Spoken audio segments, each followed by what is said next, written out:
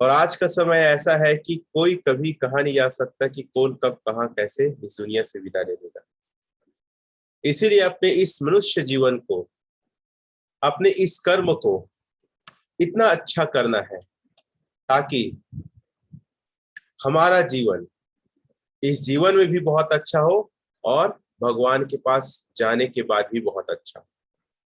कितने ऐसे लोग हैं जो अपने इस जीवन को चरितार्थ करना चाहते हैं और भगवान के पास जाने पे भी अपने जीवन को एक बेहतर करना चाहते हैं। वो चैट में लिखेंगे, क्योंकि इन विषयों में कोई बात नहीं करता, न इन विषयों में किसी का ध्यान है। श्वेता जी, सुरेंद्र पटेल जी, राजेश जी, सूर्यकांति जी, बेला जी, राजू जी, ऐसे बहुत सारे लोग। तो ये होगा, दो चीजों से होगा। सबसे पहले अपने परिवार जनों का दिल जीत के, उनके साथ अच्छा व्यवहार करके, ये पहला पॉइंट लिखिए आप। दूसरा है निस्वार्थ भाव से जीवों की सहायता और जीवों की जान बचाने से, ऐसा कर्म करने से जिसमें आपका स्वार्थ ना रहे। आज की सबसे बड़ी समस्या क्या है हमारे जीवन में, कि हमारे परिवार के लोग ही हमारा कहना नहीं मान रहे हैं, एक साथ मिल के नहीं रह रहे, तो जीवन जीने का आनंद नहीं आ रहा है जैसे पहले था। आप याद करें, आप जब छोटे थे कितना मजा आता था, जब पूरा परिवार संयुक्त रूप में रहता था, एक दूसरे की सहायता करते थे। उस समय ना साधन था, ना सुविधाएं थी, ना पैसा था, ना गाड़ी था, ना टीवी था, लेकिन फिर भी जीने का एक आनंद था, क्योंकि हर व्यक्ति के हृदय में प्रेम और सम्मान था। दो चीज था, लिख लीजिए आप, प्रेम और सम्मान था। और आज वो प्रेम और वो सम्मान आज विलुप्त होते जा रहा है, और हम आज के जीवन को बहुत स्ट्रेस, तनाव, टेंशन में जी रहे हैं। पता नहीं कौन सी जिंदगी की हम कल्पना कर रहे हैं और किसको पाना चाहते हैं। कई लोग का जीवन पैसे कमाने की दुनिया में चली जा रही है, कई लोग का जीवन सिर्फ अपने सुख के लिए चला जा रहा है, और कई लोग सिर्फ ये चाहते हैं कि मेरा ही नाम हो, मेरा ही सम्मान। हम दूसरों की भावनाओं की कद्र नहीं कर रहे, हम दूसरे की इच्छाओं का सम्मान नहीं कर रहे, हम दूसरे को प्रेम और इज्जत नहीं दे पा रहे। और ये क्यों हो रहा है? क्योंकि हमारे आसपास जो वातावरण बना है, कुछ ऐसे वातावरण बनाया गया है जिसमें स्वार्थीपना ज्यादा सीखने को मिल रहा है। और आर्ट ऑफ बिहेवियर एक ऐसा सेशन है, एक अनूठा सेशन है, जो आपके परिवार और आपके सदस्यों की, परिवार सदस्यों के बारे में बात करता है। और आप लोग इस सेशन में आते हैं, मैं बस समझ सकता हूं कि आप लोग का जीवन पहले से कुछ बेहतर। आपको स्वयं लग रहा होगा, दुनिया को लगे ना लगे, अगर आपको आपको समझ में आ रहा है कि मेरे अंदर परिवर्तन और चेंज आ रहा है, यही सबसे बड़ी जीत है। और याद रखिएगा, हम जिस माहौल में रहते हैं, जैसे संगत में रहते हैं, जैसे हमारे आसपास लोग रहते हैं, हमारा विचार, हमारा व्यवहार वैसा ही बन जाता है। और लगातार आप art of behaviour session attend करते रहेंगे, लोगों से व्यवहार करने की कला सीखते रहेंगे, तो आपके दिनचर्या में आएगा। क्योंकि कोई चीज को हम एक बार सीखते हैं तो भूल जाते हैं, लेकिन बार बार हम उसे सीखते हैं, हम उसे समझते हैं, जीवन में उतारते हैं, तो हमें वो याद रहता है। तो साथियों, आज का सेशन भी बहुत अनूठा है। पेन और डायरी लेके बैठिए, छोटी छोटी बातें हैं। एक बात कही जाती है, जब लोग बड़ी बड़ी बातें करते हैं तो समझदार नहीं होते, छोटी छोटी बातें करके उसे जीवन में उतारते हैं, तब वे समझदार होते हैं। और आर्ट ऑफ बिहेवियर आपको कोई मोटी मोटी बड़ी बड़ी बातें नहीं बताता है, और ऐसी बातें भी नहीं बताता है जिसको आप नहीं जानते हैं। हमारे जीवन का सबसे बड़ा दुख का कारण यही है, हम जानते बहुत कुछ है, लेकिन उसको अपने जीवन में, अपने व्यवहार में उतारते नहीं। क्यों? क्योंकि हमें लगता है इससे क्या हो सकता है। क्यों? क्योंकि हम एक बार सुनते हैं तो हमें समझ में नहीं आता कि इससे क्या हो सकता है। साथियों, माँ कैसे होती है, ये माँ के विषय में पहला स्लाइड है, और जो बहुत ज्यादा हृदय को स्पर्श करने वाला है। अगर आप अपने माँ से या कोई भी बुजुर्ग है उससे यही पूछ लेते हैं, माँ कैसी तबीयत है, कैसे लग रहा है, खाना खाए हो, यही उनके लिए सबसे बड़ा सुख है। तो कभी भी कोई बुजुर्ग मिले, कोई आपके रिश्तेदार मिले या स्वयं की माँ, देखिए आपकी माँ बस माँ नहीं, इस जगत में जो लोग भी वृद्धावस्था की ओर जा रहे हैं, जिसे आप दिल से मानते हैं लगता है इनको पूछना चाहिए, अगर उसे आप हालचाल उसका पूछते हैं अपने माँ के जैसा, वो भी आपकी माँ है। माँ को ज्यादा नहीं चाहिए, बस ये चाहिए कि उसके बच्चे लोग सुख से हैं, अच्छे से हैं, और सिर्फ उसे एक प्रश्न पूछ लो, माँ कैसी हो तुम, खाना खाई हो, तबीयत कैसे है, कुछ कमी थोड़ी है। ये 3-4 सवाल लिख लीजिए, जब भी कहीं पे जाइए किसी बुजुर्ग को आप प्रणाम कीजिए। यदि आपकी माँ जीवित नहीं है तो आप अपने आप को अकेला मत समझिए, कोई बुजुर्ग दिखती है महिला, उसे अपना माँ मानिए। कभी नहीं बात की है, कोई दिक्कत नहीं, जाके बात करिए, वो आनंद से भाव विभोर हो जाएगी, मेरा बच्चा नहीं पूछा। कभी किसी ने नहीं पूछा ये कौन बेटी है जो मुझे पूछ रही है, ये कौन बेटा है जो मुझे पूछ रहे हैं। और हम भगवत गीता पढ़ रहे हैं रात को 8:30 बजे, इतना ज्यादा आनंद आ रहा है। आपके अच्छे कर्मों का फल, निस्वार्थ भाव से किया गया कर्म, वो भगवान और ईश्वर आपको मोक्ष प्राप्ति की ओर, जन्म मृत्यु से आपको छुटकारा दिलाए। हर व्यक्ति के जीवन में जब माँ होती है ना, तो उसका वो एहसास नहीं होता है जो उसके ना रहने पे एहसास और सुनापन होता है। दुनिया में, जगत में एक ऐसा रिश्ता माँ का है जो हर जीव जगत के लिए सबसे महत्वपूर्ण है, और वो रिश्ता ऐसा है कि मरने के बाद उसका एहसास और ज्यादा आता है। एक बार क्या होता है, एक मृदंग बजते रहता है, और वह एक बकरी का बच्चा आकर लगातार उस मृदंग की आवाज में भाव विभोर होके रो रो के नाचते रहती है। तो जो बजाने वाला है लगातार उसको देखता है, हर दिन वो आता है, हर दिन आता है, उसको समझ नहीं आता ये क्या है। एक दिन वो छोटी सी बकरी के बच्चे से पूछ लेता है, क्यों तुम आते हो, मैं मृदंग जब बजाता हूं तो तुम भाव विभोर होके अश्रुओं से रो के तुम नाचते हो, ऐसा क्यों। तो बकरी का बच्चा बताता है कि तुम जो मृदंग बजा रहे हो ना, जो मृदंग में लगा हुआ खान वो मेरी माँ का है।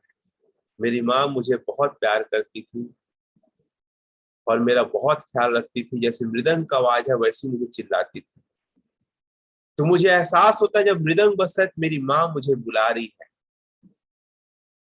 तो मैं उसकी आवाज सुनकर खुशी के मारे, और मेरी माँ मुझे कहीं दिखाई नहीं दी, दुख के मारे मैं रो रो के नाचता हूँ। तो साथियों, मात का एहसास उसके ना रहने पे होता है। एक बात कही जाती है, किसी किस्से में मकान आया, किसी किस्से में दुकान आया, लेकिन मैं सबसे छोटा था, मैं खुशनसीब हूँ मेरे हिस्से में माँ। अगर आपके पास माँ है, आप उसे खाना दे रहे हैं, उनसे बात कर रहे हैं, वो आपके साथ रहती है, तो दुनिया में आपसे बड़ा कोई धनवान नहीं है। चैट में लिख के बताएंगे कितने लोग की माँ उनके साथ में रहती है। तो आप कभी अपने आप को गरीब मत समझिए। हाँ, गरीब तो उस दिन होते हैं जिस दिन माँ का साया सिर से उड़ जाता है। नीरज जी है, देवलाल साहू जी है, विजय वर्मा जी है। चलिए, बहुत बहुत शुभकामनाएं, बधाई, अपने माता का ऐसी ही सेवा करते हैं। जिसकी माँ नहीं होती है, छोटी सी कल्पना, एक छोटी सी कहानी। कल जब उठकर काम में जा रहा था, लगा अचानक कोई रोक लेगा मुझे और कहेगा, खड़ा खड़ा दूध मत पी, हजम नहीं होगा, 2 घड़ी सांस तो ले ले, इतनी ठंड है, कोट भूल गया है, इसे भी तो रख ले। मन में सोचा, माँ रसोई से बोली होगी, जिसके हाथों में सना आटा होगा। पलट कर देखा तो क्या मालूम, वहां सिर्फ सन्नाटा। जिसकी माँ नहीं है ना, उसको एहसास होता है कि आसपास ही कहीं है और मेरा ख्याल रख रही है, और मुझे टोक रही है, रोक रही है कि ये कर ले, वो कर ले, अपना ध्यान रखा कर, जल्दी आ जाना। किसी से लड़ाई मत करना। जैसे मेरी माँ थी, दो ही वर्ड बोलती थी, जल्दी आना, किसी से लड़ाई झगड़ा मत करना। और उसके ना रहने पे ही हमें एहसास होता है कि उसकी वैल्यू, उसकी कीमत कितनी थी। एक बार क्या होता है, एक व्यक्ति दो गायों को सेम टू सेम दिखते रहता है, उसको दरबार में लेके जाता है और बोलता है, मैं समझ नहीं पा रहा हूं कि दोनों में से, दोनों गाय में से मां कौन है और बेटी कौन है। महाराज, आपके दरबार में बहुत सारे बुद्धिमान लोग हैं, कृपया पता लगाइए और बताइए कि इसमें से मां कौन है। सारे दरबारी देखते तो बड़े आश्चर्य हो जाते हैं, भैया मां कौन है और बेटी कौन है, समझ ही नहीं आता लोगों को, कोई नहीं बता पाते। राजा क्रोधित हो जाता है, गुस्सा हो जाता है। उसके दरबार में एक चतुर रहता है, चतुर विद्वान रहता है, उसको बोलता है, तुम बताओ, तुम बहुत बुद्धिमान हो, बताओगे तुम्हें माला माल करूंगा, मनचाहा तुम्हें धन वैभव दूंगा, और नहीं बता पाए तो तुम्हें दंड दूंगा।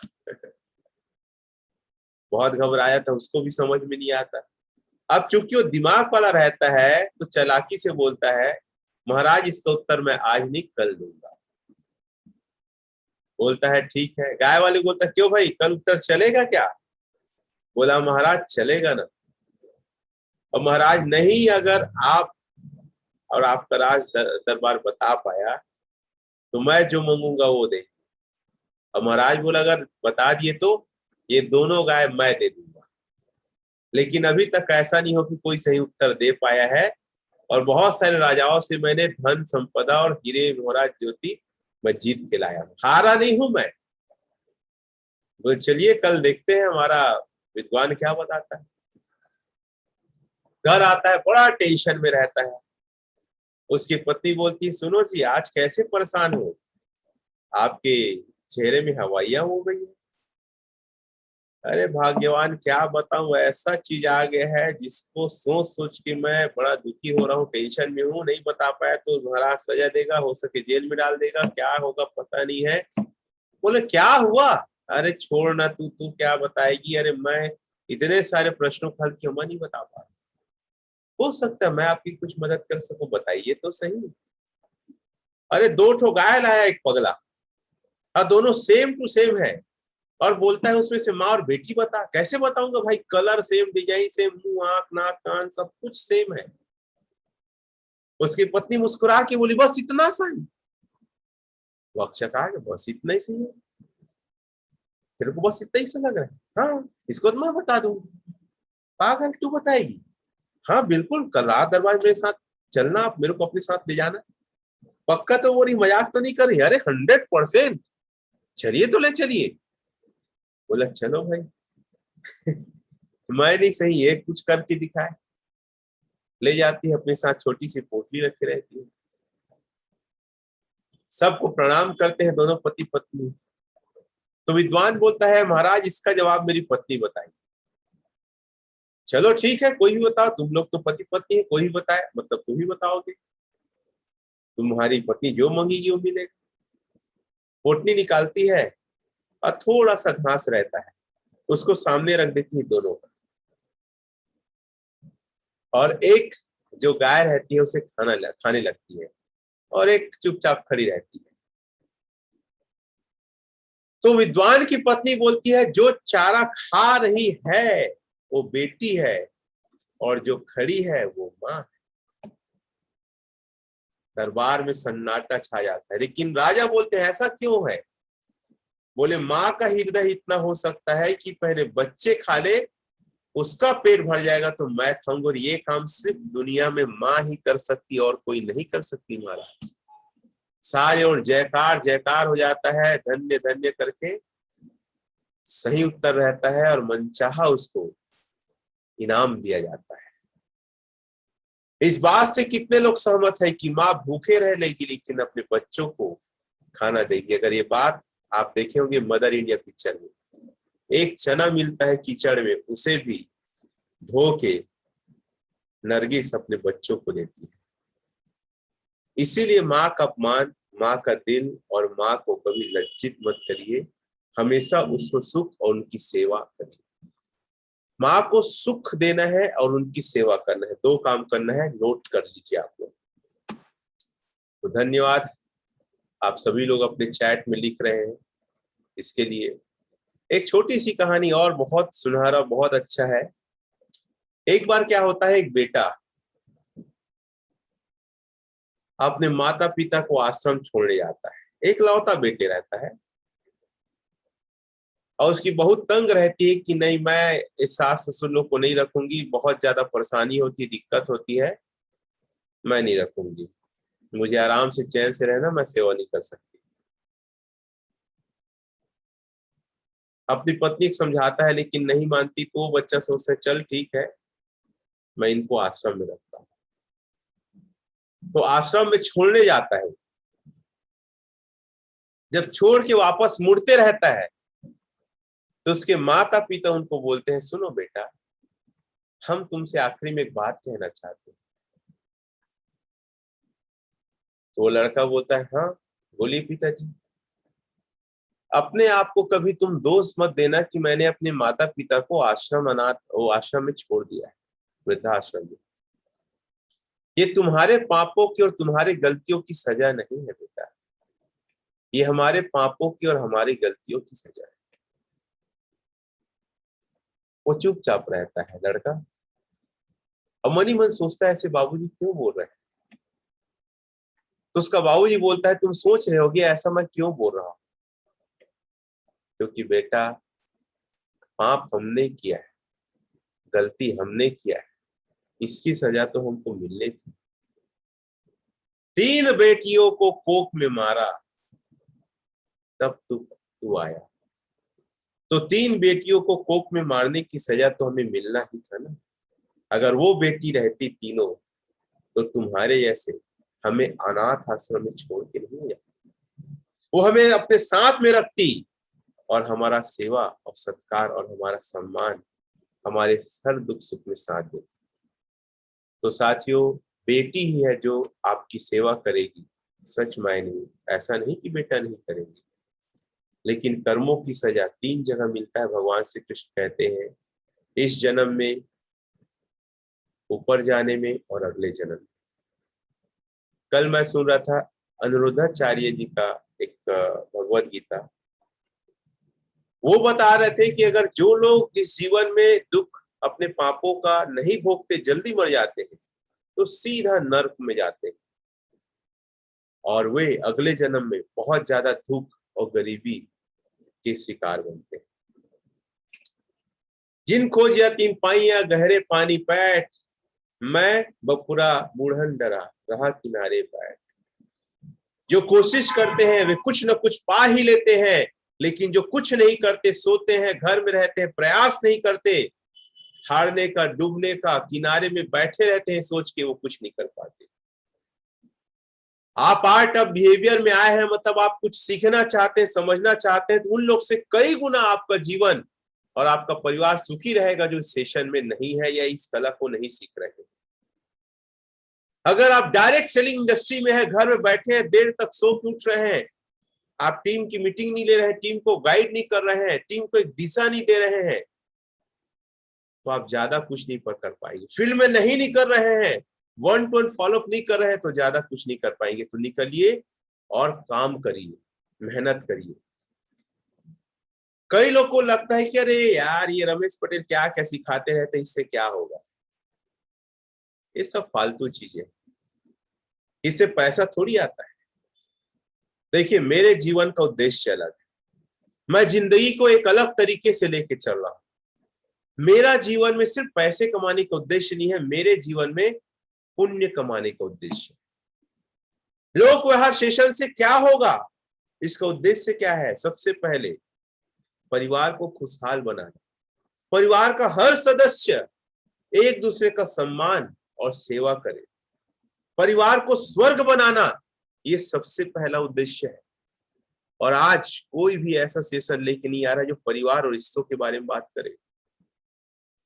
याद रखिएगा, पैसा साथ में नहीं जाएगा, लेकिन प्रेम मरने के बाद भी जाएगा।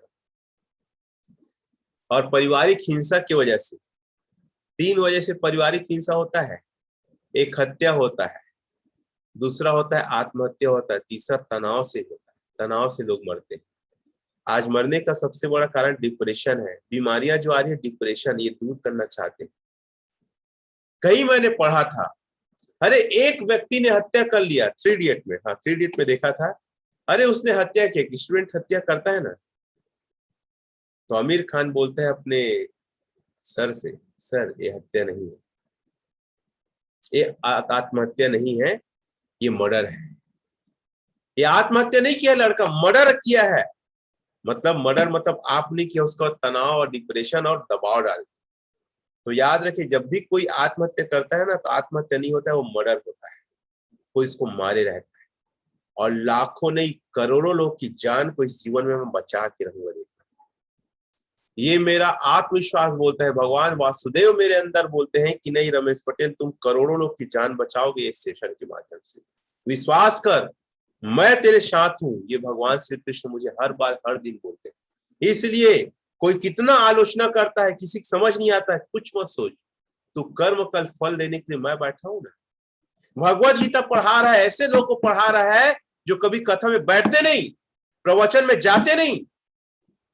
और मैं कई बार सपनों में बोलते हैं कि तुम्हें कई चीज आता नहीं सही तरीके से बताने, लेकिन जो कर रहा है प्रयास तो कर रहा है, अच्छा कर रहा है, इसको लगातार करना। भगवत गीता को छोड़ना मत, योगा सिखाना लगातार करना, भले अकेले एक आदमी सिखाना, छोड़ना मत। लोक व्यवहार जो भी हो जाए छोड़ना मत, ट्रैफिक रूल जो भी हो जाए छोड़ना मत। ये 4 चीजों को भगवान हमेशा बोलते हैं मेरे हृदय में आके कि इसको बंद मत करना, इसको जीवन पर्यंत रख, करोड़ों की तू जान बचाएगा बोलते हैं।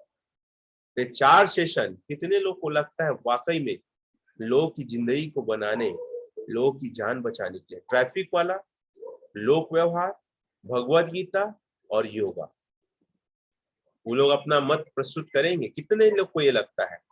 सूर्यकांति जी, श्वेता जी, गीता जी, विजय वर्मा जी, दीपक जी, थैंक यू। काफी सारे लोग अपने मत को, अपने विचारों को रख रहे हैं। राजू साहू जी, लता शांडिल जी, नीरज जी, बेला जी, थैंक यू। दिल से, हृदय से हाथ जोड़कर अभिनंदन, प्रणाम, धन्यवाद। और इसे मैं लगातार अपने जीवन पर्यंत मरते तक मैं देते रहूंगा, सफलता दिलाने के लिए। कई लोग डिप्रेशन में है, तनाव में है, फेल हो रहे, उनको सफलता दिलाने के लिए। क्योंकि कहा जाता है कि 85% हमारी सफलता लोक व्यवहार से है, 15% टेक्निकल ज्ञान से। और चौथा कारण है सनातन धर्म को फिर से जीवित करने के लिए।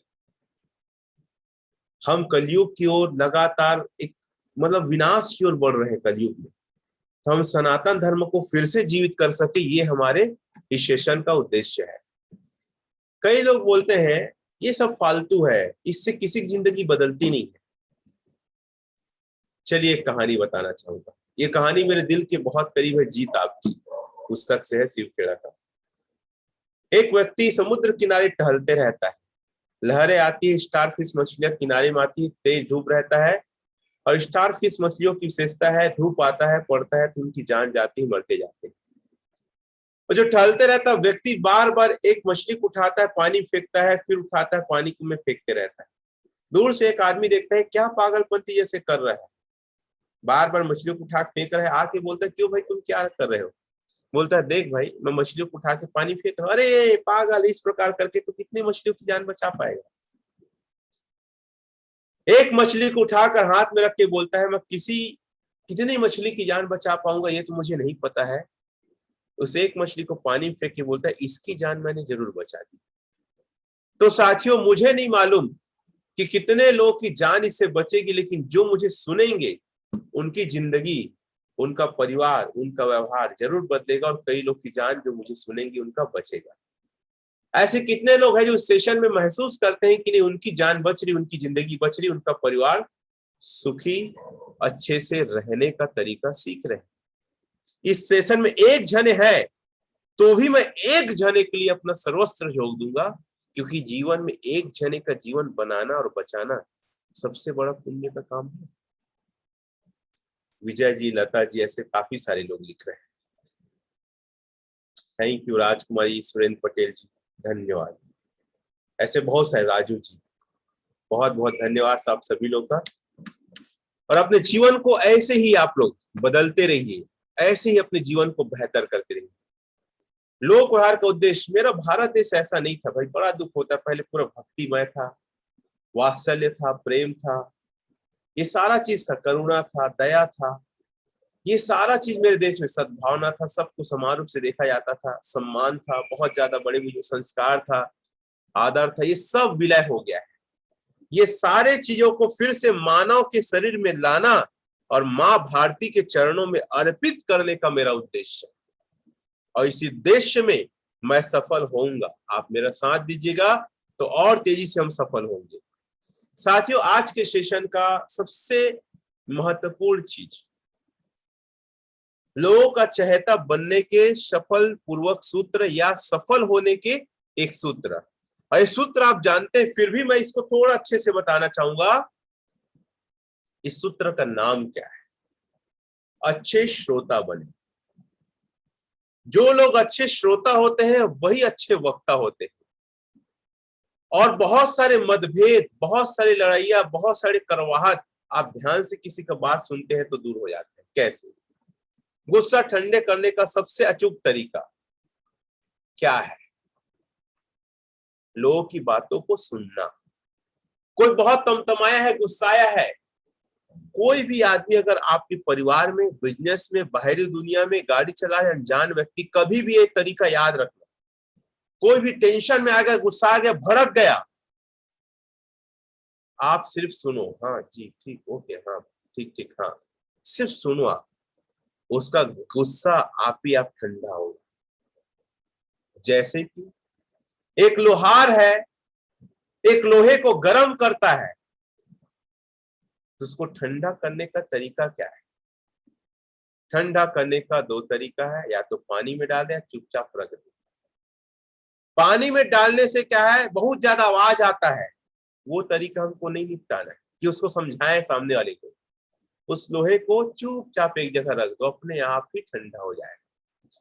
तो लोहा हम हैं, हम चुपचाप उसकी बातों को सुने, उसका गुस्सा ठंडा हो जाएगा।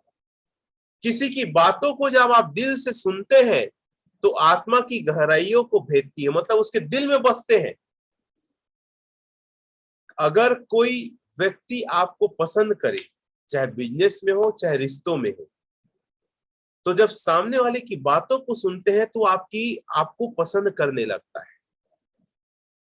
जैसे एक लड़का एक लड़की रिश्ता शादी के लिए देखने गए, परिवार वाले ने कहा कि तुम दोनों जाओ, एक दूसरे को समझो, बात कर लो। लड़का लड़की गए, और जो भी लड़का आता था उस लड़की को देखने मान लेते हैं लड़की का नाम मीना है, मीना को जो भी देखने आता था वो सवाल ऊपर सवाल करते थे। मीना परेशान होकर जवाब देती देती देती थक जाती, और हर बार हर लड़कों को रिजेक्ट कर देती। लेकिन एक लड़का आया, मोहन, मोहन मतलब कृष्ण, मीरा मतलब कृष्ण की मीरा है। मोहन आया, वैसी माता पिता ने कहा जाओ एक दूसरे को समझो, बात करो। मोहन मीरा मिले, बैठे, मोहन ने कुछ नहीं कहा, बोला मीरा अपनी बात सुनाइए। फिर बिना प्रश्न पूछे मुझे ये पसंद है, अच्छा लगता है, ये है वो है करके सिर्फ अपना बात करते रही मीरा 15-20 मिनट तक। मोहन बड़े ध्यान से सुनता, मुस्कुराता, सुनता, हाँ तारीफ करता, बस इतना ही करता। लड़का ज्यादा बात नहीं किया मोहन। फिर लड़की वाले लोग पूछे लड़की से, क्यों लड़का पसंद है? तो एक बार में मीरा ने बोला हाँ लड़का मुझे पसंद है। किसी के दिल की गहराइयों को समझने का और पहुंचने का रास्ता है बातों को ध्यान से सुनिए। और याद रखिएगा, कोई व्यक्ति कितना पढ़ा लिखा हो, जो लोग सिर्फ अपने बारे में, अपने विचारों के बारे में बात करते हो, पढ़े लिखे नहीं है। डिग्री से पढ़ाई लिखी नहीं होता, जिंदगी को पढ़ना, लोगों को पढ़ना, तो पढ़ाई सबसे महत्वपूर्ण है। लिख लीजिए, जिंदगी को और लोगों को पढ़ना। लेकिन जो किसी की बातों को ध्यान से सुनते हैं वो जिंदगी और लोगों को भी पढ़े होते हैं, वही असली मायने में शिक्षित है। आज की दुनिया में सास और बहू का नहीं पढ़ पाता है, क्योंकि सास बोलती है मेरा सुने, अब बहू बोलती है सास अपनी चलाती है। और बहू चाहती है कि सास मेरा सुने, क्योंकि बहू बोलती है ये पढ़ी लिखी क्या पढ़ी लिखी है, सब फालतू है। और बहू क्या बोलती है, माँ कुछ पढ़ी लिखी नहीं, अनपढ़ है, उसको कुछ नहीं आता। तो दोनों अपना खींचते हैं। मैं जब छोटा था, हम लोग जब दो गाय या दो बकरी बदमाशी करने के लिए किसी की बाड़ी में घुस जाते थे, हम दोनों को ना एक ही रस्सी से बांध देते थे। तो एक जो बदमाश टाइप की बकरी या गाय वो घुसती थी, दूसरों से खींचती थी, चल भैया उधर मत जा, मार पड़ेगा। नहीं तो मैं दोनों को रटारट मारता था, दोनों को सूटिया से, सूटिया मतलब डंडा से। तो एक जो सीधी समझ चुकी थी कि अगर मैं इसके साथ गई तो मुझे भी पड़ेगा, तो ऐसे सास बहू लोग ना रस्सी बांध के अपना अपना खींचते अलग अलग दिशा में, इसलिए परिवार टूट रहा है। और काश सास बहू अगर कोई परिवार से सेशन को अटेंड करे, जो मेरा 30 सेशन है, ये लोग बेटी और माँ से ज्यादा प्रेम से रहेंगे, ये मेरा 100% वादा कमिटमेंट है। और अक्सर आप देखे होंगे, जो मेरा एक लॉजिक है जो मैं कई जगह पढ़ा हूं, कि 1 साल तक बहू अपने असली व्यवहार को छुपाती है और ढोंग ढकोसला और दिखावा करती है। 1 साल से 3 साल के अंदर परिवार को लेके छम्मक छल्लो अलग हो जाती है। और पति को भी अपने दिमाग अपने बात में मनवा लेती है। ऐसा नहीं बोलता कि हर बहू गलत होती है, लेकिन 100 में 90% बहू लोग की गलती है, क्योंकि उसने दुनिया नहीं देखा, अंडरस्टैंडिंग नहीं होती है, छोटी है, उसको और ज्यादा व्यवहारिक होना चाहिए। ये बात कितने लोग को सच लग रहा है, वो चैट में लिख के अपना मत प्रस्तुत करेंगे। देखो बहुत छोटी छोटी बातें हैं, बड़ी बातें नहीं कर रहा हूं, लेकिन यही बातें जिंदगी में रोज हो रहा है, हर व्यक्ति के जीवन में हो रहा है। आज जाके देखो, कई लोग अपने बहू को चिल्लाए होंगे, कई माँ लोग अपने मतलब बहू लोग अपने माँ को चिल्लाए होंगे। हेमलाल जी, राजकुमारी, ध्रुव जी, दीपक जी, यस, टेकराम जी यस लिख रहे हैं, थैंक यू। साथियों ये सेशन अभी जो पैसे दिए हैं उनके लिए चल रहा है ना। अब्राहम लिंकन जी, क्या है अब्राहम लिंकन जी, एक बार बहुत ज्यादा परेशान थे वो, अपने एक दोस्त को बुलाया के सलाह लेना है। उसका दोस्त आया और अब्राहम लिंकन सलाह लेने के लिए अपने दोस्त को बुलाया था, लेकिन अब्राहम लिंकन अपनी बात करते रहा, पूरा ये है वो है, सब प्रॉब्लम ये हो रहा है वो है, और उसका दोस्त सिर्फ हाँ हाँ बोलते गया। और फिर दोनों का 1 घंटे बाद बोले ठीक है चलता हूँ, और बोला धन्यवाद तुम आए करके। और उसका डिप्रेशन अब्राहम लिंकन का खत्म हो गया, उसका जो समस्या था वो भी खत्म हो गया। मतलब उसको अपने सलाह लेने की आवश्यकता नहीं थी, उसको ऐसे व्यक्ति की जरूरत थी जो उसकी बात सुने। जब सास चाहती मेरा बात सुने तो बहू बात नहीं सुनती, तब दोनों का कंट्रोवर्सी होता है। पत्नी चाहती है कि मेरा पति मेरा बात सुने, तो वो सिर्फ अपनी बात सुनाने लगता है, कितना टेंशन, चल अपना बकवास बंद कर। पता है माँ जी ने क्या किया, अरे कुछ नहीं किया, तेरी गलती, रहता फालतू की बात करती, चल खाना दे, पानी ला, नौटंकी, हमेशा तेरा लगा रहता माँ माँ माँ, जब देखो बात सुन ही नहीं किया। अगर वो बात सुन लेता ना, खत्म, बात सुनो अब भूल जाओ। महिलाओं की सबसे अच्छा अगर रिस्पेक्ट करना है, बात सुनो और भूल जाओ, तब महिला लोग संतुष्ट और खुश रहेगी। उसको तो ये पसंद है कि टमाटर की चटनी अच्छा बना है, बोल दो, क्यों जी टमाटर से कैसे बना है, अरे वो ऐसे तो बनता है, ऐसे बनता नहीं, अरे बहुत अच्छा बना, सबसे अच्छा ताजी बना है, बस। विंस्टन चर्चिल ने कहा था, यदि आप सिर्फ बोलना जानते हैं कभी सफल नहीं हो सकते। अगर आप अपनी जिंदगी में डायरेक्ट सेलिंग में जिस काम में कर अगर फेल हो रहे हैं, तब अपने ज्यादा से ज्यादा सीनियर की सुनिए। कई लोग तो ऐसे होते हैं, अरे सर मेरे को सब कुछ आता, आप मेरे को सिखा, मेरे को मत बताया करो, ऐसा तक लोग बोल देते, तो आप असफल है। टीम का ज्यादा से ज्यादा सुनिए। फील्ड में जब प्रोस्पेक्ट के पास जाते हैं तो प्रोस्पेक्ट का ज्यादा सुनिए, अपनी इन्वाइटी का ज्यादा सुनिए। और जो अच्छा श्रोता होता है, जो सुनिए और पेन और डायरी लीजिए और उनकी बातों को नोट करते चलिए, और अपने दिमाग को लगाइए इसकी बातों का जवाब, बेहतर जवाब मैं क्या और कैसे दे सकता हूं। मैं हमेशा किसी मीटिंग में कहीं जाता हूं तो सुनने का प्रयास करता हूं। आज भी मैं 2 काम सबसे ज्यादा करता हूं, वीडियो मैं कम देखता हूं, मैं सुनता ज्यादा हूं, और दूसरा मैं पुस्तक पढ़ता हूं, जिससे मेरा दिमाग और मेरा विचार सही दिशा में जाते रहे। तो ये कहना मेरा नहीं है, विंस्टन चर्चिल जो अमेरिका का सबसे बेहतरीन राष्ट्रपति बना है, डॉलर में इसका फोटो देखेंगे आप। सफल होना ये है लिसनिंग स्किल, सुनने का, दूसरों के साथ बेहतर संवाद स्थापित करने में हमेशा वो व्यक्ति सफल होता है। तो अब्राहम लिंकन, विंस्टन चर्चिल जैसे लोग बोल रहे हैं, कानों के साथ साथ आंखों से भी सुने और दिमाग से भी सुने और बीच बीच में सिर हिलाए। जैसे कथा होता है, प्रवचन होता है, गीता होता है, तो ऐसे आंखों को ऐसे झपकाते हैं ना, हाँ हाँ करके सिर हिलाते हैं, हाँ जय हो भगवान कृष्ण की जय, हाँ हाँ ऐसा करके कथा में श्रोता है। तो जो कथावाचक होता है उसको बहुत आनंद आता है, कोई तो सुन रहा है। तो एक हुखारू भने, पता है कई बार ना 24 घंटा कथा होता है। सुबह मैं जाता था कई बार मंगला में, तो 4 बजे 5 बजे कोई नहीं, 2 ही आदमी बैठे हैं, एक मजीरा बजा रहा है, ढोलक बजा रहा है, एक कथा कह रहे, हाँ हाँ करके सिर हिला रहा है। एक जने हुकारू भरने वाला, लिख लीजिए, हुकारू भरने वाला जिंदगी में होना ही चाहिए। कथावाचक को हुकारू भरने वाला चाहिए, तब वो कथा अच्छे से सुनाता है। बड़े बड़े आलोचक, धैर्यवान, सहानुभूति श्रोता के सामने नर्व पड़ जाते, मतलब बहुत बड़े बुराई करने वाले लोग, आपको गुस्साने वाले लोग आपके सामने विनम्र पड़ जाएंगे अगर आप बातों को सुनेंगे, और आप संकट मोचन बन जाएंगे। जैसे संकट मोचन हनुमान थे, राम और लक्ष्मण को हर संकट से बचाए, सीता मैया को लाए, युद्ध में जिताए, लक्ष्मण की जान बचाए। ठीक है, तो साथियों संकट मोचन कब बनेंगे? जब आप लोगों की बातों को ध्यान से सुनेंगे। बुजुर्ग लोगों सबसे ऑब्जेक्शन क्या है पता है? मेरा बच्चा मेरा बात नहीं सुनता। ऐसे बोले, ए काम करो, बिजली बिल भर देना, उधर से लास्ट डे में ना मेरा दवाई ले आना। हाँ ले आऊंगा, बार बार उसी बात को करते हो फालतू एकदम दिन भर। जानता हूँ याद है, और शाम को आता है, बेटा दवाई लाए, भुला गए हो। मैं तो जाना रहते तो स्नेहज कर हमेशा बुलाए, मोरेज काम बुलावे, बाकी सब तो काम है, सब्जी खरीद के लाए हो बेटा, है ना, अपन ससुराल में जाके, मतलब ये सब बात होता है। तो बुजुर्गों को क्या चाहिए? बुजुर्गों को चाहिए कि कोई व्यक्ति ऐसा हो जो उसकी बात को सुने। तो उनके साथ बैठिए, गप्पे हाँकिए। मैं अपने पिता के साथ बहुत ज्यादा बात करता था, रोज 1-2 घंटा बात करता था।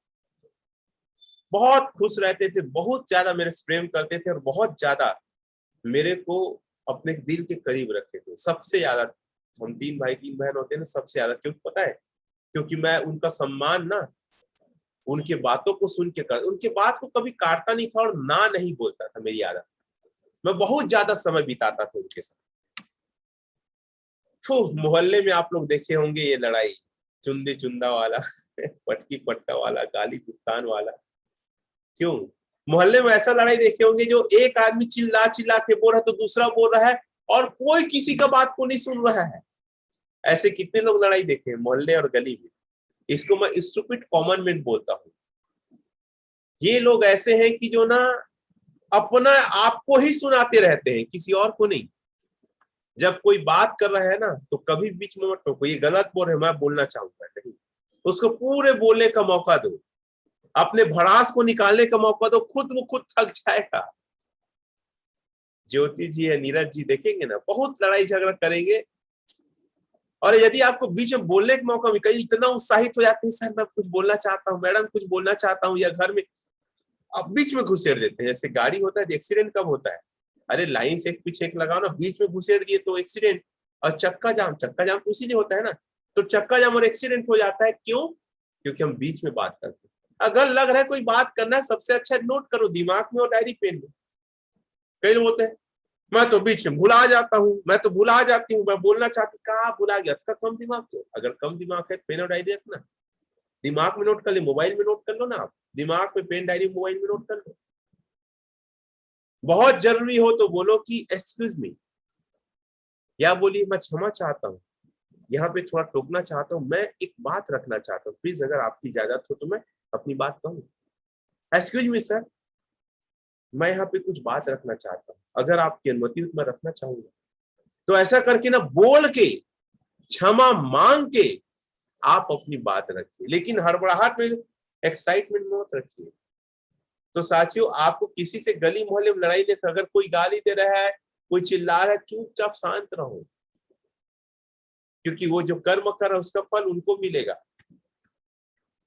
जवाब मत दीजिए।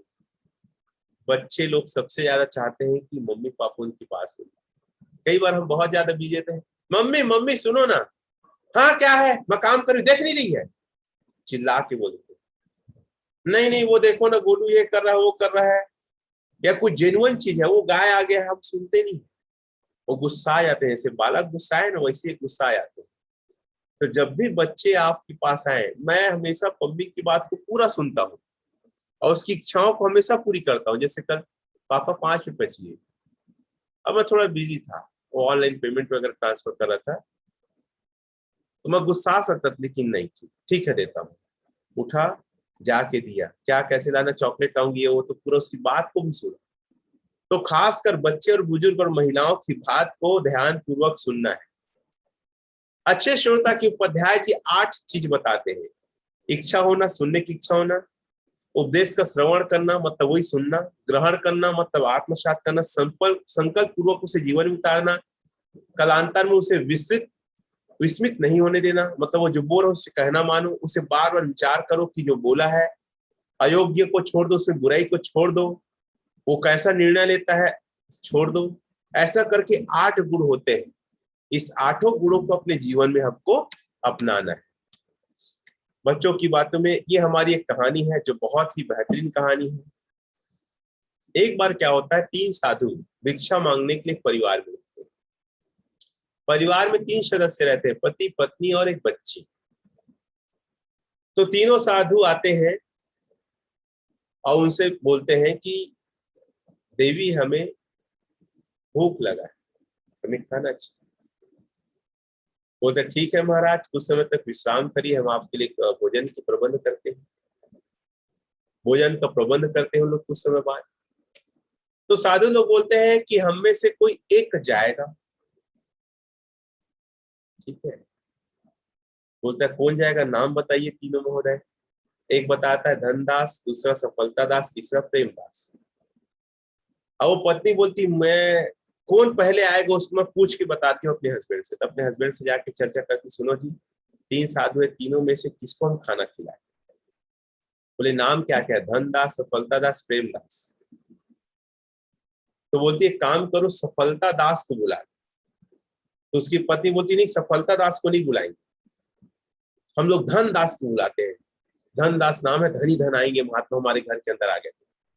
उसकी बच्ची पढ़ते रहती है, बोलती है माँ पिताजी ना धनदास को बुलाओ ना सफलता दास को, सबसे पहले प्रेमदास को बुला। अरे बेटी प्रेमदास को अरे बुलाओ ना, मैं कहती हूँ प्रेम चाहिए हमें। तो उसकी पत्नी जाती है, बोलती है महोदय आप में से जिसका नाम प्रेमदास है वो घर में आइए। प्रेमदास जी आने लगते हैं, उसके पीछे दोनों साधु आने लगते हैं, बोलते हैं अरे महाराज मैं सिर्फ प्रेमदास को बुलाई हूँ। तो बोलती बेटी जहां पे प्रेमदास है, प्रेम है, वहां सफलता दास और धनदास भी निवास करते हैं। तो आप अपने परिवार में, अपने टीम में प्रेम रखिए, सफलता और धन तो आवा ही करेगा। कभी पति पत्नी को समझाने की कोशिश किए हैं क्या? आप पत्नी को समझाने की कोशिश मत करो, तारीफ करो और उनकी बातों को सुनो, बस 2 करो, बस कुछ नहीं। लिख लीजिए, बच्चे को बूढ़े को समझाने का प्रयास ज्यादा मत करो, क्योंकि जितना समझाओगे ना, देखना बच्चे लोग और गुस्सा आते हैं। छोड़ ना मम्मी, तेरा हमेशा ना मतलब वो तू समझाते रहती बोलते रहती है फालतू फालतू। कितने लोग सहमत है कि आजकल के बच्चों को कुछ डायलॉग या कुछ समझाओगे चिड़चिड़ा जाते हैं, और अरे बेटी मैं तो तेरे लिए बोल रही थी, तू समझती नहीं है, समझना। कैसे कितने ऐसे लोग चिड़चिड़ा जाते हैं, किनके बच्चे बच्चे चिड़चिड़ा जाते हैं। सूर्यकांति, विजय, ये बिल्कुल सही है, हमारे यहाँ भी होता है। तो समझा मत, तारीफ करो और उनकी बातों को सुनो। पत्नी है, तारीफ करो, उनकी बातों को सुनो। ये सबसे अच्छा तरीका है दुनिया में, इससे अच्छा तरीका कोई नहीं है। अगर आप डायरेक्ट सेलिंग में है, बिजनेस दिखाते हैं, प्रोडक्ट बेचते हैं, कुछ मत करो, अपने सीनियर की तारीफ करो, उनकी बातों सुनो, जूनियर की तारीफ करो, बातें सुनो। फील्ड में जाते हो, 10 मिनट सामने वाले की बात सुनो, तारीफ करो, बात सुनो, तारीफ करो। ये सेल निकालने का सबसे अच्छा तरीका है, बात सुनो, तारीफ करो। दूसरों को अपने बारे में बातें करने दो और आप अच्छे श्रोता बन जाओ। बस यही हमारी आज के आर्ट ऑफ बिहेवियर की सीख है। और उसको सामने वाले की ज्यादा बात करने के लिए प्रोत्साहित करो। कितने बच्चे हैं, क्या करते हो, कोई बीमार पड़ा है ना, आपके बच्चे पढ़ाई में कैसे, जो भी है। तो साथियों, आप लोग का बहुत बहुत धन्यवाद। आज के आर्ट ऑफ बिहेवियर में ये सारा चीजों को लेकर हम जानकारी देते हैं। Yoga, health, art of behaviour, commando training, sales and direct selling, Shrimad Bhagavad Gita, traffic rules, personality development, respect parents and women. और दोस्तों, आर्ट ऑफ बिहेवियर हमारा होगा गुरुवार को, जैसे आज हो रहा है। गुरुवार में जो भी आना चाहते हैं वो सिर्फ 99 रुपए दे के आ सकते हैं। 7:30 बजे का टाइम लिखा है। Monday, Tuesday, Wednesday, Thursday, Friday, Saturday, इतने हम सेशन देते हैं। और साथियों, एक कोर्स का है 99 रुपए, और 7 दिन के कोर्स में आना चाहते हैं तो 50 रुपए का कोर्स पड़ेगा आपको 499। ये मेरा पहला हफ्ता चल रहा, पहला आर्ट ऑफ बिहेवियर था। ये 5-5 सेशन रहेगा, तो बिल्कुल स्वागत, अपने टीम, अपने परिवार को आप ला सकते हैं। सिर्फ आर्ट ऑफ बिहेवियर में आ सकते हैं 99 रुपए देकर। तो साथियों, यहाँ तक मेरी बात थी। ये मेरा बार कोड है। जो भी व्यक्ति आज के इस ट्रेनिंग में अपना अनुभव रखना चाहते हैं, आई लिख सकते हैं। ये मेरा अकाउंट नंबर, आप स्क्रीनशॉट ले लीजिए, नोट करिए, अपने परिवार, पड़ोसी, मित्रजनों, टीम वाले को जरूर लाइए। यहाँ तक मेरी बातें थी। तो जो भी आज की ट्रेनिंग में अपनी बात रखना चाहता है, आई लिखें और मेरे सेशन में अपनी बात रखें। तो स्वागत है। तो सबसे पहले मैं बुलाना चाहूंगा, हाँ एक मिनट, आई किसने लिखा है, ज्योति जी। चलिए ज्योति जी को मैं बुलाता हूँ। आप ज्योति जी आइए, अपनी बात को रखिए मेरे तरफ से। एक मिनट, मैं आपको स्पॉटलाइट में देता हूँ। ज्योति जी चेक करिए और स्टार्ट वीडियो करिए अगर आप आना चाहते हैं तो। आपका वीडियो स्टार्ट नहीं है, चलिए मैं और किसी को देखता हूँ जिसका वीडियो स्टार्ट होगा उसी को मौका मिलेगा याद रखना। तो अगर आप कुछ बोलना चाहते हैं, एक मिनट, ज्योति जी, अंकिता जी को मैं रखने कोशिश करता हूँ। जो भी अगर बोलना चाहते हैं आप अपने आप को लिखिएगा। देखिए वीडियो ऑन कीजिए अगर अंकिता जी अपनी बात को बोलना चाहते हैं तो। सब ऐसा लगता है फील्ड में है। चलिए सूरज जी, मैं आपको लेता हूँ। अनम्यूट है आप, अपने आप को अनम्यूट करिए और आप स्पॉटलाइट में चेक करिए। थैंक यू गुरुदेव, आदर मेरा प्रणाम। और आज के सेशन में जितने भी महत्वाकांक्षी भविष्य के डायमंड आए हुए हैं उन सभी को मेरा सादा प्रणाम, गुड मॉर्निंग, सुप्रभात। जैसा कि गुरुदेव आप आर्ट ऑफ बिहेवियर के बारे में इतने बेहतरीन तरीके से परिवार के लोग, माता पिता है, बच्चे हैं, पत्नी है और जितने भी फैमिली के हैं उनके बारे में इतने बेहतरीन तरीके से सटीक जानकारी देते हैं सर। जो एक बेहतरीन आपका जो सेशन है काबिले तारीफ है, गागर में सागर भरने वाली कहावतें हैं गुरुदेव। और मैं तो सर आज का मेरा सेशन था, जूम ऐप में मेरा मीटिंग था, तो मैं अभी जस्ट 5 मिनट पहले ज्वाइन हुआ हूँ। मैं आज का कार्यक्रम इसी कारण मैं अटेंड नहीं कर पाया। और अन्य इस बारे में आप बताए होंगे सर, और बहुत सारे श्रोता हमारे पास इस जूम ऐप में महत्वाकांक्षी लोग आए हुए हैं, उनकी बातों को मैं सुनूंगा और मैं ज्यादा नहीं बोलूंगा गुरुदेव। आपने मुझे समय दिया इसके लिए आपको दिल से धन्यवाद, सादर प्रणाम। Thank you.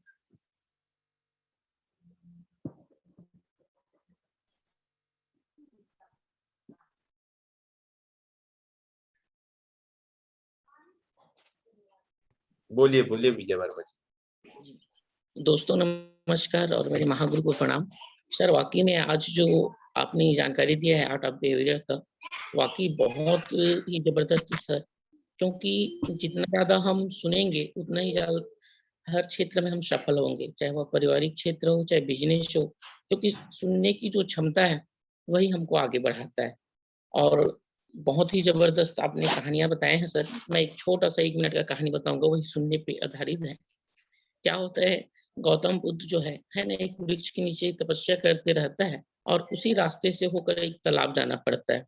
तो क्या है, एक आदमी रहता है अक्खड़ तरह का, है ना, जो न किसी का सुनता है न किसी की बातों को मानता है और थोड़ा सा कह सकते हैं वो चोर प्रवृत्ति का होता है। तो जब भी वो तालाब जाता है और गौतम बुद्ध को तपस्या करते हुए देखता है, उसको खड़ी खोटी सुनाता रहता है ऐसे वो सुबह शाम जब भी उस तालाब की ओर जाता है, गौतम बुद्ध को जो उसके मन में आता है, जो उसके मुँह में आ जाता है, वो वैसा उसको बोलते जाता है, बोलते जाता है।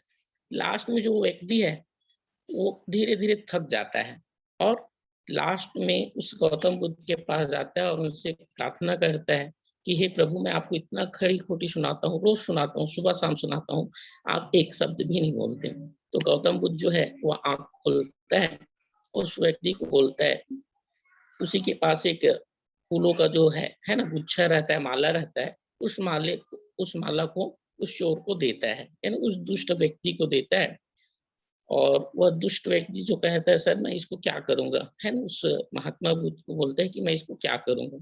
फिर वो वापस दे देता है गौतम बुद्ध को, तो वही फिर उसको बताता है कि जैसे मैंने आपको ये फूलों का हार दिया, आपने नहीं रखा, वैसे ही आप मुझे नित्य जो है खड़ी-खोटी सुनाते हैं, मैंने कोई उत्तर नहीं दिया। तो जो आप सुना रहे हैं वो आप स्वयं अपने आप को बोल रहे हैं। तो वह जो व्यक्ति है अज्ञानतावश जो काम किया रहता है, तुरंत है ना गौतम बुद्ध के चरणों में लेट जाता है और बहुत क्षमा प्रार्थना करता है, विनती करता है। तो आपने जो आज ट्रेनिंग दिया सर उसमें वही बताया कि हमको सबसे ज़्यादा सुनना है। यदि हम किसी प्रॉस्पेक्ट के पास जाते हैं, तो वो यदि वो अपना बातें कर रहा है, तो उसकी बातों को पूरा बोलने दीजिए, खत्म होने दीजिए, उसके बाद हमको सुनना चाहिए। तो बहुत-बहुत धन्यवाद सर और प्रणाम, आपने बहुत ही ज़बरदस्त जानकारी दिया। Thank you sir ji. Thank you Vijay ji, बहुत अच्छा अनुभव रखने के लिए और बहुत अच्छी सारपूर्वक कहानी सुनाने के लिए बहुत-बहुत धन्यवाद। चलिए अंकिता हमारे साथ आ गई है, वो स्पॉटलाइट में है, आप अपनी बात रखिए अनम्यूट करके। गुड मॉर्निंग सर जी और पैनल में आए हुए सभी साथी को मेरा शुभ प्रभात है। सर आज का सेशन बहुत ही अल्टीमेट और यूनिक रहा सर, और मैं ध्यानपूर्वक सुन रही थी सर। लेकिन मैं फील्ड में जाती थी जहाँ सर, तो मैं बहुत कम सुनती थी और बोलना चालू कर देती थी सर। आगे वाले पर्सन का बात कम सुनती थी, अपना ज्यादा सुनना देते थे। लेकिन जब से मैंने आर्ट ऑफ बिहेवियर में आई हूँ सर और आपके सेशन लेना स्टार्ट की हूँ सर, तब से मैं ज्यादा सुनती हूँ सर और बोलती कम हूँ। तो मेरे को बोलते हैं कि में बहुत चेंजेस आ गई है और तू सुनती ज्यादा है और बोलना कम करती है, तो क्या हो गया करके ऐसे मेरे से बहुत सवाल करते हैं सर। तो मैं टीम में भी ऐसे करती हूँ सर कि मेरे एक डाउनलाइन है सर, वो बहुत बोलती है सर। तो मैं बोलती हूँ बोलने दे, जब तेरा खत्म हो जाएगा ना तब मैं बोलूंगी करके। और वो बोलती है कि आप बहुत चुप रहते हो, तो मैं बोली हाँ पहले सुन लेती हूँ क्या कहना चाहती हूँ, उसके बाद मैं बोलूंगी सर। तो आज आपके मतलब आर्ट ऑफ बिहेवियर से मैंने बहुत कुछ सीखा सर, और फील्ड में बहुत कुछ मेरे हेल्प हो रहा है सर, क्योंकि मैं जाती थी एकदम चिड़चिड़, मैं बहुत चिड़चिड़ी हूँ सर। तो चिड़चिड़ा होने के कारण ना बहुत सारे उन लोग की बात मैं नहीं सुन पाती थी और कहीं ना कहीं मेरे उन लोगों से बहस हो जाती थी सर। लेकिन आर्ट ऑफ बिहेवियर में होने के कारण से मैं इस चीज को पीछे छोड़ दी सर, और मैं बहस कम होती हूँ sir. So thank you sir, आपकी वजह से मैं बहुत सीखने को मिला सर और बहुत कम बोलती हूँ सर। मैं अच्छे स्पीकर बनना चाहती हूँ सर, इसलिए मैं ज्यादा सुनूंगी सर और बोलूंगी sir. So thank you so much sir. Thank you Ankita ji, आपने बहुत सार वाली बात कही और आप फील्ड वर्क करते हैं, टीम के साथ बात करते हैं, ये बहुत अच्छा सुधार है कि आप अपने आप को कम बोलने का मौका दे रहे हैं और सामने वाले को ज्यादा बोलने का मौका दे के उनको समझ के अपनी बात रखनी। यही तो सफलता का बहुत अच्छा एक माध्यम है। थैंक यू, बहुत बहुत धन्यवाद आपका। आगे सूर्यकांति चौहान में अपनी बात रखेगी। आज के सेशन के लिए कोटि कोटि धन्यवाद, प्रणाम सर जी। पैनल में उपस्थिति सभी साथियों को मेरा नमस्कार। जितने भी आप पॉइंट बताते हैं सर जी हमारे जीवन के लिए बहुत ही महत्वपूर्ण है। इससे पहले सर आपका लोक व्यवहार का सेशन मैं अटेंड नहीं कर पाई थी, तो जी सर जी मेरे अंदर में बहुत सारी कमियां सर। मैं बहुत गुस्सा करती थी, बहुत चिड़चिड़ाती थी और बहुत दिन हो गया आपका सेशन अटेंड कर रही हूँ सर जी। परिवार में, टीम में, सीनियर जूनियर के साथ, किसी के साथ अब मेरा इस तरह का व्यवहार नहीं रहता है सर जी। जैसे आप बताए हैं माँ के बारे में, मेरे माता पिता दोनों तो नहीं है सर जी, लेकिन जितने भी बुजुर्ग माता लोग मिलते हैं, बाबूजी लोग मिलते हैं, तो मैं उनके अंदर अपने मम्मी पापा का रूप देखती हूँ सर जी, और उसी तरह उनका सम्मान करती हूँ। जैसे आपने बताया सर जी बेटी के बारे में, तो यहाँ पे सर बेटियां और बेटों में कोई भी अंतर नहीं है, और मैं हमारे समाज में देख चुकी हूँ कि बहुत से पेरेंट्स ने बेटियों को भ्रूण के रूप में माताएं लोग मारे हैं सर जी। मैं कई लोगों को जानती हूँ हमारे समाज में, गांव में, और एक ऐसे दादी को भी जानती हूँ जिसने अपने पोती को मार करके बोरी में भर के खेत के कुएं में फेंक करके आ गई थी सर जी। पटेल समाज से थे, अघरिया पटेल। तो मेरे को ये लगा कि उस समय मेरा शादी भी नहीं हुआ था, तो आखिर हम लड़कियों में क्या ऐसी गलती है तो इस तरह हमको समाज में स्वीकारा नहीं जाता है। तब मेरे मन में एक विचार आया था, मैं भी कभी शादी हूँ कभी माँ बनी तो मैं अपने माने दोनों का मैं फर्क नहीं करूंगी। और मेरी भी 2 बेटियां हैं सर जी, और बेटों और बेटी में मैं अंतर बिल्कुल भी नहीं रखती हूँ, और इसी तरह का भाव लोग रखते हैं सर जी। जबकि बेटियां ही हैं जो कि मम्मी पापा माँ कुल और ससुराल कुल का ज्यादातर ख्याल रखती हैं। आपने यहाँ पे बताया सर, जो 4 सेशन आप ले रहे हैं सर जी, भगवत गीता, योगा, लोक व्यवहार, ट्रैफिक रूल्स, ये लाखों की जिंदगी बचाने के लिए है सर जी। कौन क्या बोल रहा है, कौन क्या समझ रहा है, सच्ची मायने में सच में सर जी श्री कृष्ण भगवान आपके साथ हैं, हमारे साथ हैं, और हम ये सेशन को जरूर लेंगे और लोगों तक जरूर पहुंचाएंगे सर जी। और हमें लोगों का बात सुनना है सर जी। मैं भी बहुत ज्यादा बोलती थी सर जी, इस समय मैं अपने अंदर सुधार लाई हूँ, मैं ज्यादातर सुनती हूँ। और आपने जो बताया सर जी, बुजुर्ग की बात सुनना है, बच्चों की बात सुनना है, तो सही में सर जी बुजुर्ग तो नहीं है यदि देखा जाए तो मेरे यहाँ, लेकिन मेरे पति मेरे को कुछ भी बोलते थे तो मैं बहुत कम सुनती थी। और इस समय आपका सेशन अटेंड कर रही हूँ सर जी, तो ध्यान से सुनती हूँ। अब बच्चों को जैसे समझाने वाली बात है, तो मैं बहुत ज्यादा समझाती थी बच्चों को, जिसमें कि बच्चे लोग चिढ़ते थे सर जी, और इस समय समझाना मैं कम कर दी हूँ, तो बच्चे लोग बहुत अच्छे से सुनते थे। और एक बात बताए सर जी आपने, बच्चे और बुजुर्ग और महिलाओं का सम्मान करने को लेकर, जैसे प्रेम दास और धन दास, सफलता दास के बारे में बताए सर जी, तो हमें प्रेम दास को अपनाना है तो हमें सफलता और धन की प्राप्त हो ही जाएगी। ये तो रामायण में भी लिखा है सर जी, जहाँ सुमति होगी वहां संपत्ति आ ही जाएगी।